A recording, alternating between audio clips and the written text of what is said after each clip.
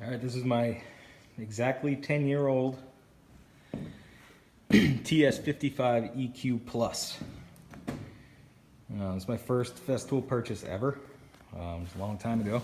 It was expensive back then. It was $1,000 for the saw, 2 sets of track, and the connectors for the track. Maybe a couple blades. Can't remember. It was like $990. It's been through the ringer. I use it a lot. I use it every job, multiple times. I've drilled holes in the track so I can screw it onto the wall. Held it up against the ceiling, mowed through nails and everything else. With 2 pieces of track, you can cut any sheet of plywood, any 8-foot sheet of plywood. You can cut diagonally the long way. So all you really need is 2 short tracks and you're in. The 10-foot track, I have a 10-foot track, but it's so long and flimsy, it's hard to carry around. You have to put it on your ladder racks. You got to be real careful how you tie it down so you don't bend it. If you have a big van or a long bed truck, it'll fit. Otherwise, it's like more of a shop tool. It's handy. It's really accurate. You don't have to screw it together and take it apart. Like a 4-foot section and a 10-foot section would be ideal.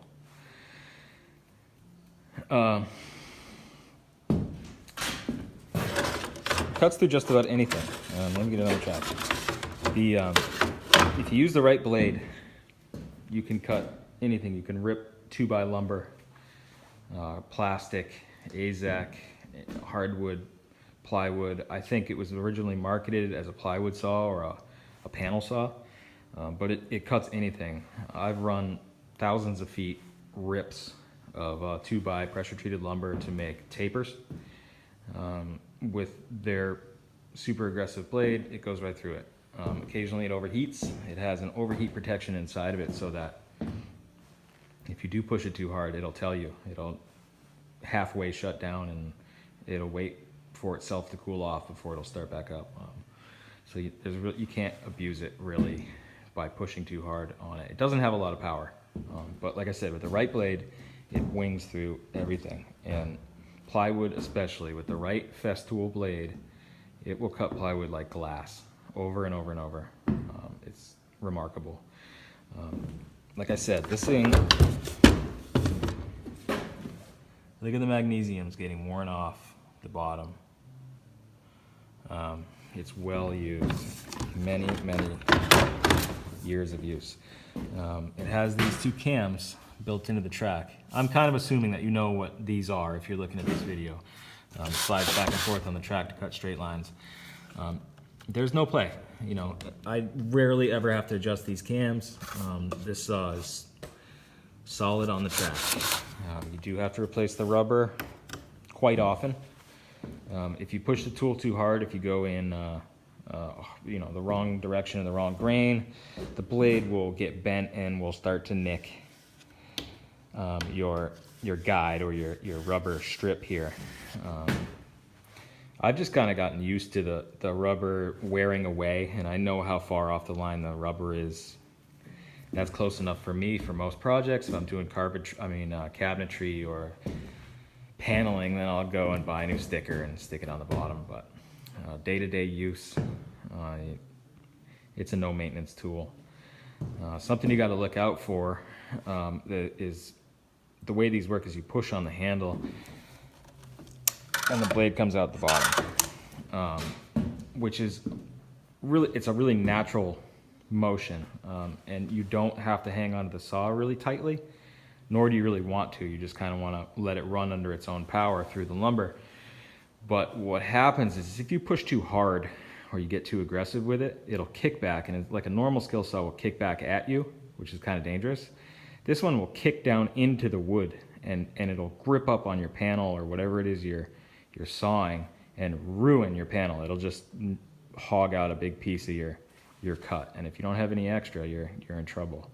So that's something you got to look out for. And additionally, you're barely hanging onto the saw, and sometimes it'll pull the saw right out of your hand, and the whole tool will jump out of the track. And before it recoils, it will mow your track, it'll damage your track. This happened a couple times to me. You gotta take a file and smooth off the burrs after it happens. Something to look out for. It's an unusual kickback, and it definitely ruins your piece. So go slow at first. This one, the new ones, they improved. This one is in metric, and even after all these years, I still can't seem to remember what 3/4 of an inch is in millimeters or 1.5 inches or whatever. It takes me a second to set it up every time. The newer saw has it in imperial markings, makes it easier. But what they don't do is they don't take account the thickness of the track. So the new one, when you set it at 3/4, you really got to set it at like 7/8 or 1 inch to have some blade out the bottom of the plywood with the thickness of the track, which is, I thought they would have thought of that, but they don't. It's no big deal. Came with the old box. If you're going to buy one of these saws, you're not going to get a box like this. These little clips they work, but they're a pain. There's 4 of them. The new box has this huge improvement. One thing to look out for with the Festool boxes is ultraviolet radiation, the sun. This box is brittle all the way around. You can see, I hope the light's okay, but you can see the difference in color. And that one was that color to begin with, and it's becoming brittle. It's 10 years old. I cannot complain. It works, the latches still work. I haven't had any problems with the box, any problems with the tool at all. I have a Tenaru aftermarket blade. They make aftermarket blades. This blade's great for winging off decks or doing general carpentry, but the Festool blades are top notch. I'll put the Festool blades up against any good blade anywhere. You buy a nice Fessy blade and you can't top it.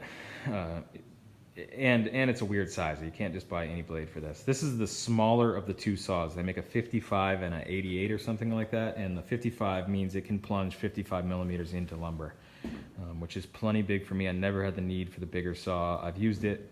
It's identical. It just has a bigger blade assembly. I think that's it. It's worth the money. 10 years.